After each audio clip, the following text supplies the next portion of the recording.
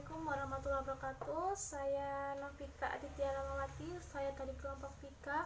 Saya akan menjelaskan tentang impact of e-commerce. Yang pertama di sini di slide pertama, etika moral dan teknologi. Etika adalah cabang filsafat yang melibatkan sistemasi atau mempertahankan dan merekomendasikan konsep perilaku yang benar dan yang salah. Seringkali menangani perselisihan keanekaragaman moral, etika menyelidiki apa cara yang terbaik bagi manusia untuk hidup. Dan moralitas itu dari bahasa Latin itu moralitas, sikap, karakter, perilaku yang tepat.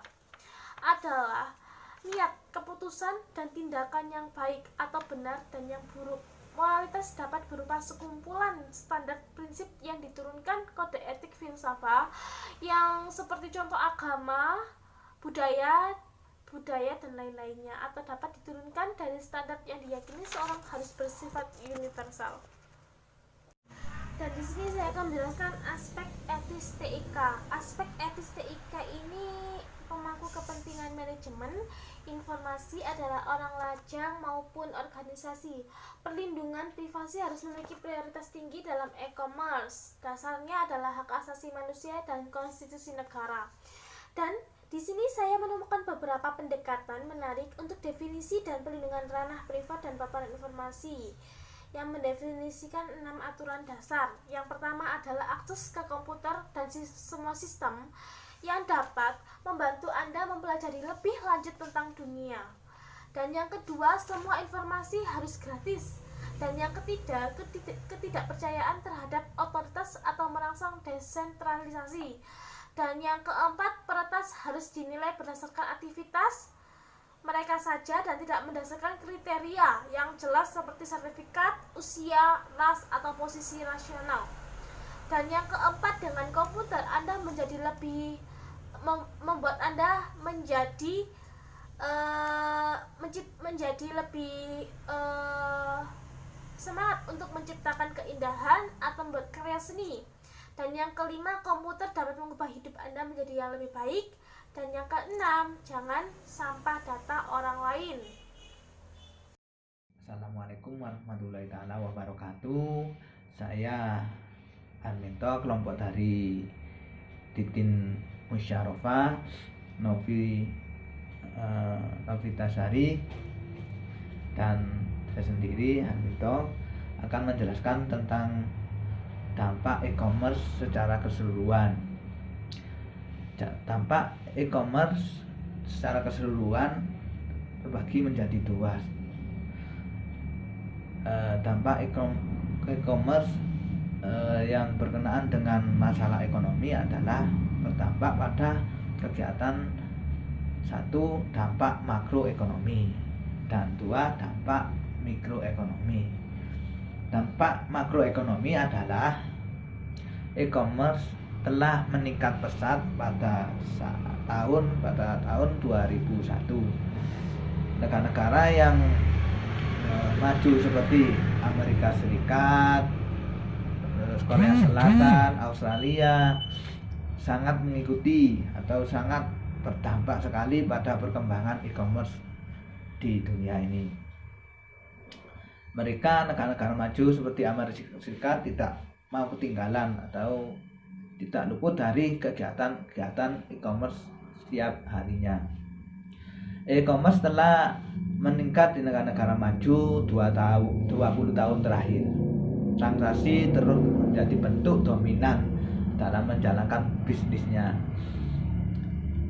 Negara-negara maju seperti Korea Selatan, Cina, dia berdampak sekali dalam kegiatan e-commerce ini, dan negara-negara berkembang juga turut mengikuti dalam perkembangan e-commerce pada tahun 2001 sampai saat ini.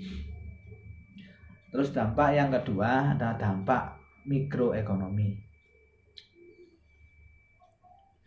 Dampak mikroekonomi adalah ancaman masuknya e-commerce dan dapat meningkatkan skala ekonomi dalam industri, di mana biaya tetap tidak berubah, tapi biaya variabel berkurang. Dengan demikian, skala efisiensi minimum meningkat dan ancaman masuk menurun. E-commerce dapat meningkatkan pentingnya eksternalitas jaringan yang dinikmati. E-commerce memungkinkan outsourcing mengubah biaya tetap dan hangus menjadi biaya variabel. E-commerce dalam bentuk mikroekonomi ini berdampak pada perekonomian industri yang secara tidak langsung sangat bertambah lagi.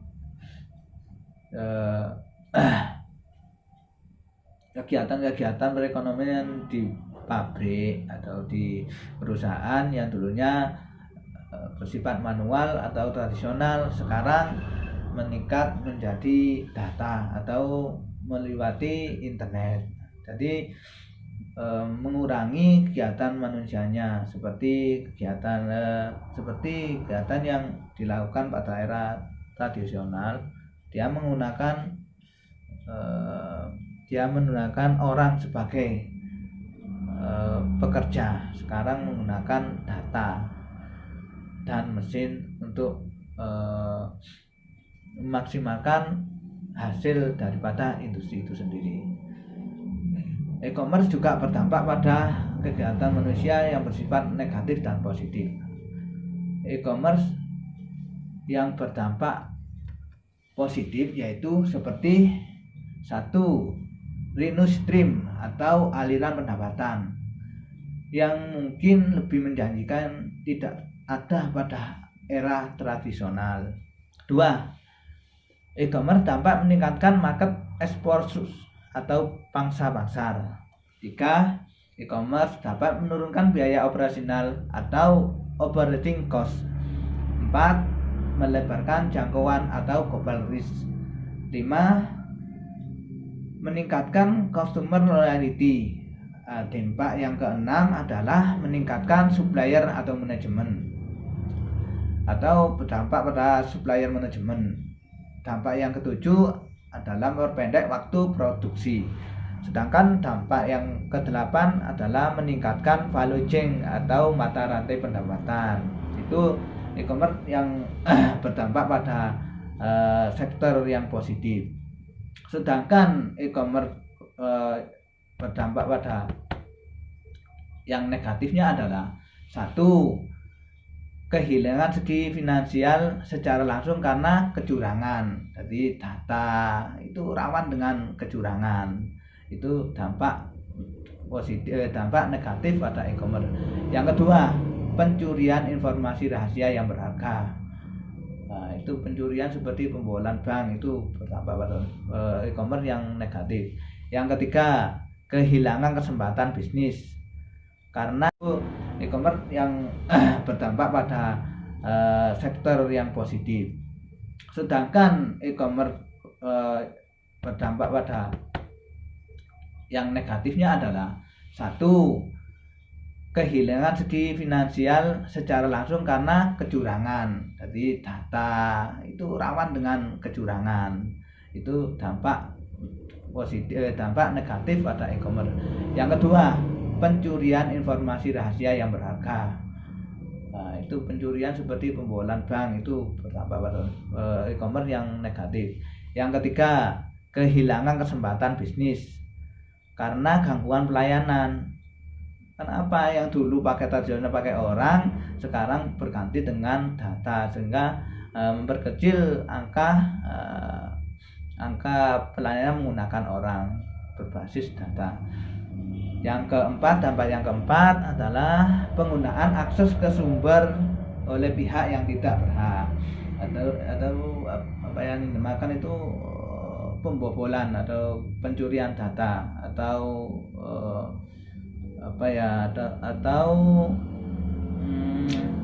akses yang menyalahgunakan akses seperti itulah. Dampak yang kelima adalah kehilangan kepercayaan dari para konsumen. Yang dulunya konsumennya bertemu secara face to face, sekarang hanya lewat data. Nah, sedangkan dampak yang keenam adalah kerugian yang tidak terduga. disebabkan oleh gangguan praktek bisnis yang tidak benar, kesalahpahaman atau kesalahan faktor manusia atau kesalahan sistem elektroniknya.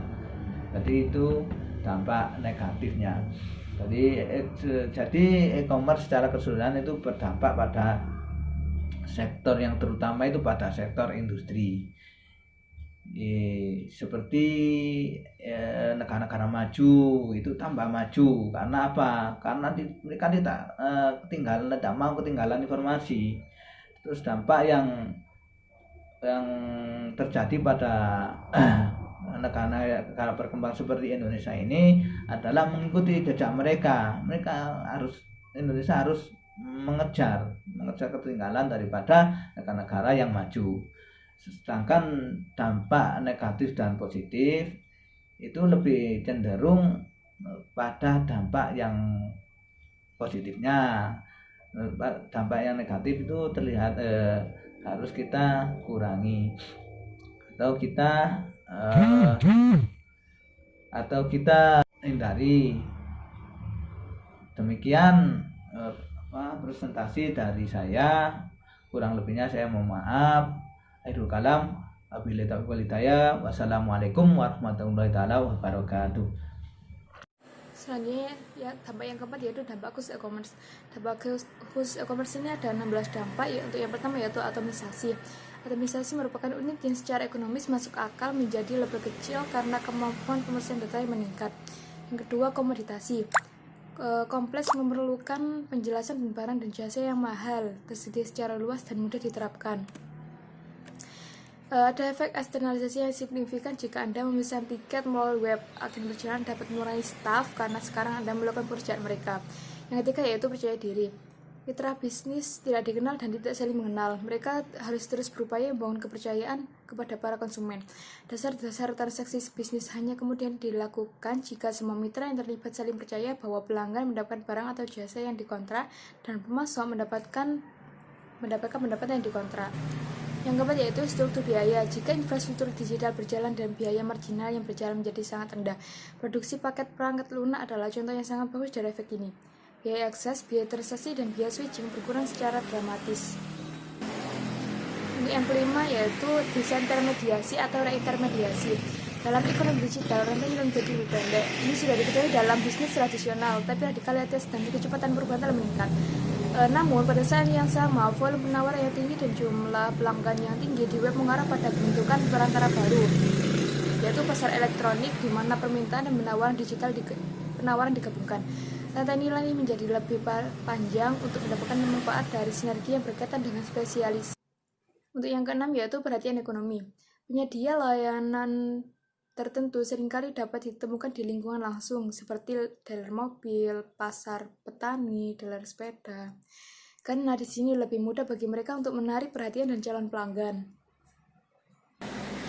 Yang ketujuh yaitu ketenagakerjaan. Sebelum saya menjelaskan tenaga kerjaan ini, banyak pertanyaan ya. Apakah e-commerce benar-benar mencipta lapangan kerja seperti yang sering disebutkan? Apakah pekerjaan baru membutuhkan keterampilan lain dan kualifikasinya lebih tinggi? Jawabannya adalah ada masalah sosial dan politik yang besar. Tapi ini dapat diselesaikan oleh pemilik perusahaan karena tidak ada yang bisa meminta mereka untuk tidak menjadi untung. Ini adalah ekonomi makro dan tantangan politik. Namun demikian, para pebisnis serta ilmuwan komputer juga memiliki tanggung jawab sosial. Yang ke-8 yaitu eksternalitas. Eksternalitas ini ada dua, yang positif dan negatif. Yang positif yaitu yang sering menghasilkan bisnis baru, sedangkan yang negatif mengarah pada konsekuensi hukum. Contohnya seperti area parkir di pusat perbelanjaan yang dapat digunakan untuk pasar atau acara olahraga. Yang ke-9 yaitu globalisasi. Standarisasi teknis menciptakan platform global yang memungkinkan kerjasama dari mitra dalam jumlah tak terbatas di seluruh dunia. Global cakupan mengarah kepada pasar global, masuk dapat dan harus memproduksi di lokasi dengan biaya terendah. Pekerjaan dialihkan ke daerah berbiaya rendah. Yang 10 yaitu kepadatan informasi. Data dapat dipertukarkan secara elektronik, pelanggaran media dapat dihilangkan. Ini mengarah ke banjir informasi. Dengan demikian, upaya untuk menemukan informasi yang relevan dapat meningkat atau harus ditingkatkan dikompensasi oleh agen pencari cerdas. Yang 11 yaitu properti intelektual. kekayaan intelektual secara tradisional dilindungi oleh hak paten, hak cipta, dan merek dagang. Ini termasuk aplikasi ekonomi. Bagaimana kita bisa memastikan bahwa presentasi intelektual diberikan kepada pencipta untuk waktu yang cukup lama? Kami harus menyatakan masalah dasar intelektual properti di web adalah bahwa anonimitas pengguna mengarah pada pencurian intelektual atau plagiarisme. Yang ke-12 yaitu efek tingkat. Kami memiliki akses yang serupa dan hemat biaya, terkadang bahkan gratis ke pasar elektronik untuk semua peserta. Organisasi kecil juga memiliki akses ke layanan perangkat lunak, tapi untuk web hanya organisasi besar yang mampu membelinya. Yang ke-13 yaitu mendorong kerjasama internasional. Signifikansi perubahan ukuran perusahaan. Kami lihat keuntungan sangat besar dan sangat kecil perusahaan. Mungkin kerugian untuk bisnis menengah. Akibatnya ukuran perusahaan sedang berubah. Yang ke-14 harga. Pasar digital meningkatkan transparansi. Pemasok dan pelanggan idealnya memiliki tingkat informasi yang sama atau simetris. Keuntungan arbitrase pergi turun. Keseimbangan persaingan sempurna tampaknya mungkin. Yang ke-15 yaitu transparansi dan kerjasama. Cakupan dan kecepatan internet mengarah pada perbandingan penawaran yang lebih baik, persaingan lebih ketat, dan tekanan harga di antara pemasok, dan dengan demikian menurunkan biaya di sisi pelanggan. Transparansi mengarah pada penurunan harga dan keuntungan di sisi pemasok. Inflasi pun melambat. Untuk yang terakhir, yang ke-16 yaitu volatilitas. Barang digital harus benar-benar siap saat memasuki pasar dan meyakinkan pelanggan. Pemasok harus mampu mendanai 3-4 kegagalan dengan blockbuster. Itu tadi 16 dampak khusus e-commerce. Dampak yang keempat. Selanjutnya dampak yang kelima yaitu latihan. Dampak yang kelima ini pernyataan seputar penjelasan kami tentang e-commerce tadi. Jadi isinya tentang pertanyaan-pertanyaan saja.